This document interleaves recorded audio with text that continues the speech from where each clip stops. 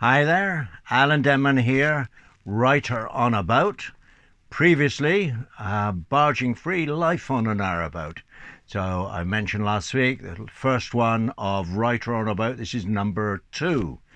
And so, why is story important? Well, if you take a moment to reflect, we are looking at an absorbing story every day in our entertainment, whether it's on television, Netflix, films, novels, going to see a play. These are all narrative forms. They're slightly different in their formal structure, but they are all forms of storytelling. So, storytelling, of course, has been around for tens, probably hundreds of thousands of years. And we have to ask, really, what is the function of story? Why do we love story?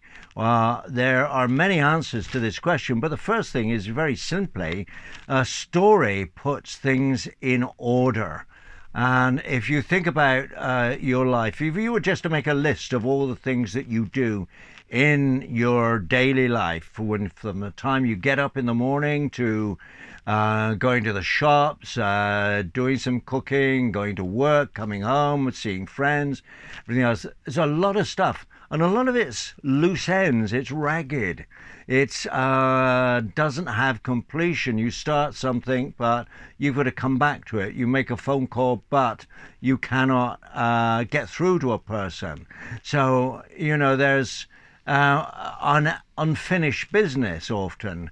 And what a story does is it brings events and characters together and puts them into some sort of order. And I just think psychologically, especially in today's world where we have to deal with so much stuff on a daily basis, that a story is actually a very satisfying experience for us. It's a sort of psychological comfort to see things put in order. So that's the kind of first question, and there are answered, why do we love stories? But there are many other answers to this, and it gets more and more interesting the further you go into it.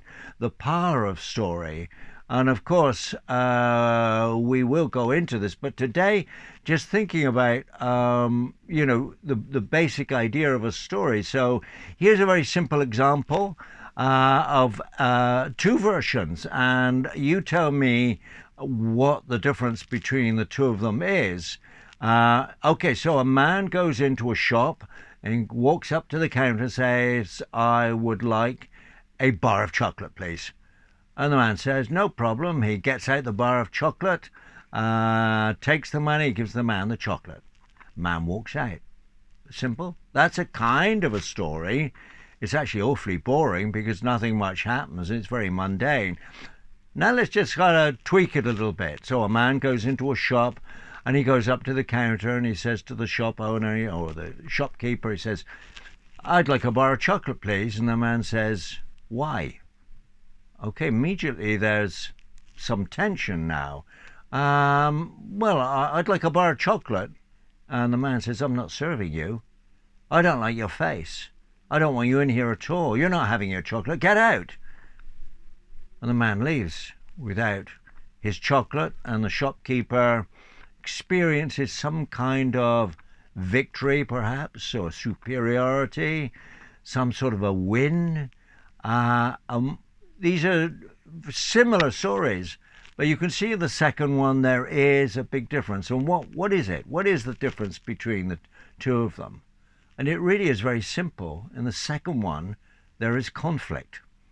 And this is one of the main elements that holds us gripped in a story, that there is continuous conflict. So a story really is very simple in its essence. A man, woman, a cartoon figure, a mouse, anything that you make as your main character, discovers they have a goal. And, the goal could be to find riches, to get home, to find their beloved. If it's a heist, it's to steal some money. And there's a goal. But then what you have to do, if you're the storyteller, you have to make it as difficult as possible for that character to achieve their goal. So what I'd like you to do is I'm going to throw this out there as an exercise. I'm going to suggest this. Take an episode, an event, something you've experienced recently, and try writing it out in two ways. One way, just the episodic way. I went into a shop, I chose my chocolate, I went to the counter, I paid for the chocolate, I took my chocolate outside and I ate it. Right? That's just purely episodic, one event after another. But then maybe you can think of an event where somebody stopped you achieving something. And there has to be some resolution to this conflict for the story to end.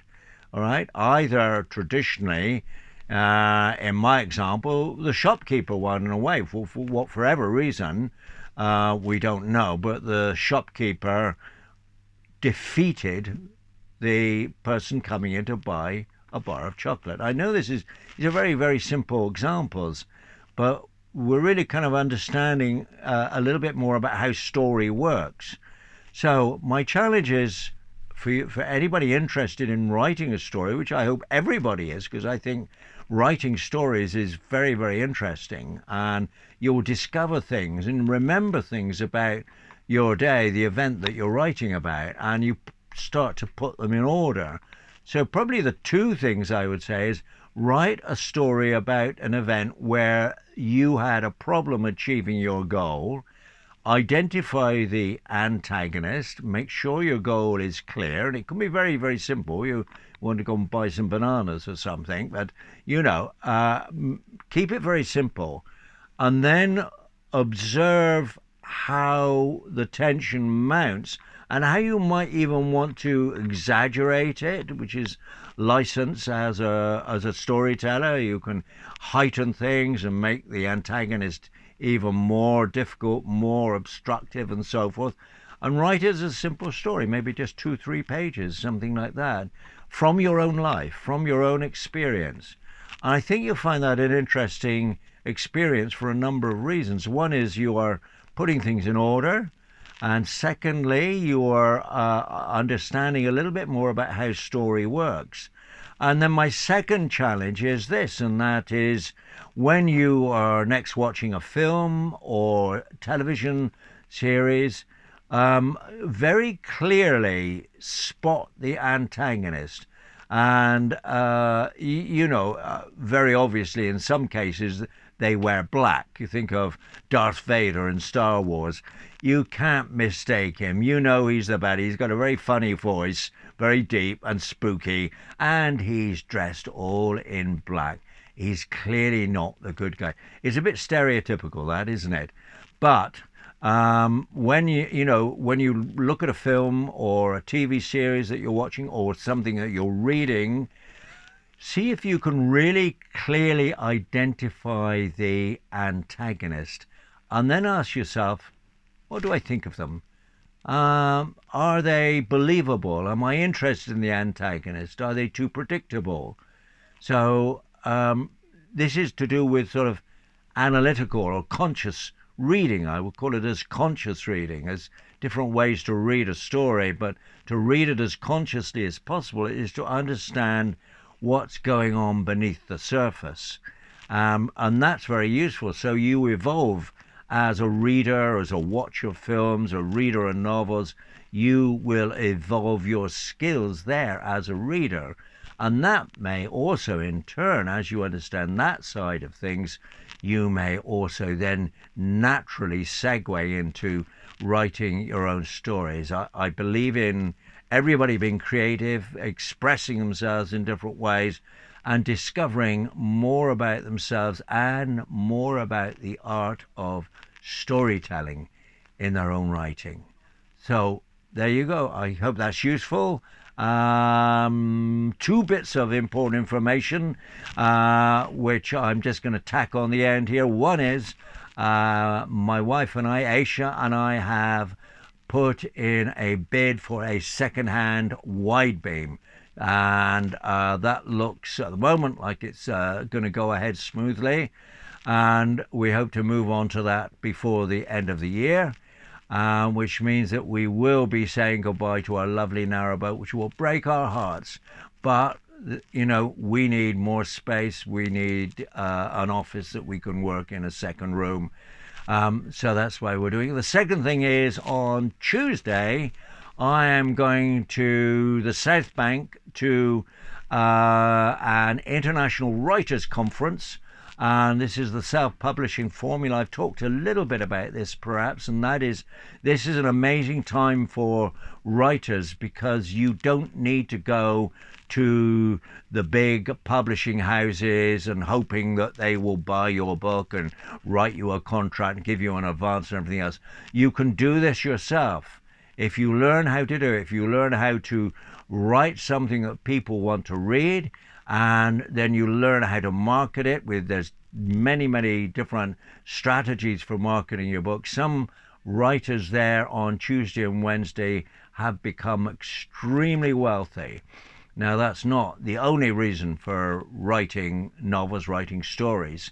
That maybe shouldn't be your predominant one, but it's very interesting to see now what is going on. Facebook, all the social media platforms, TikTok, there's Book Talk, which is like a subordinate part of TikTok, is used by writers to promote and sell their books. So these are very interesting times.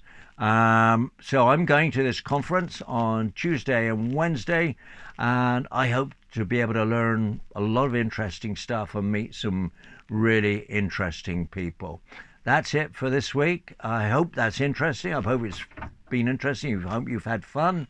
And I think I can hear our cat outside wanting to come in. So I'd better stop there.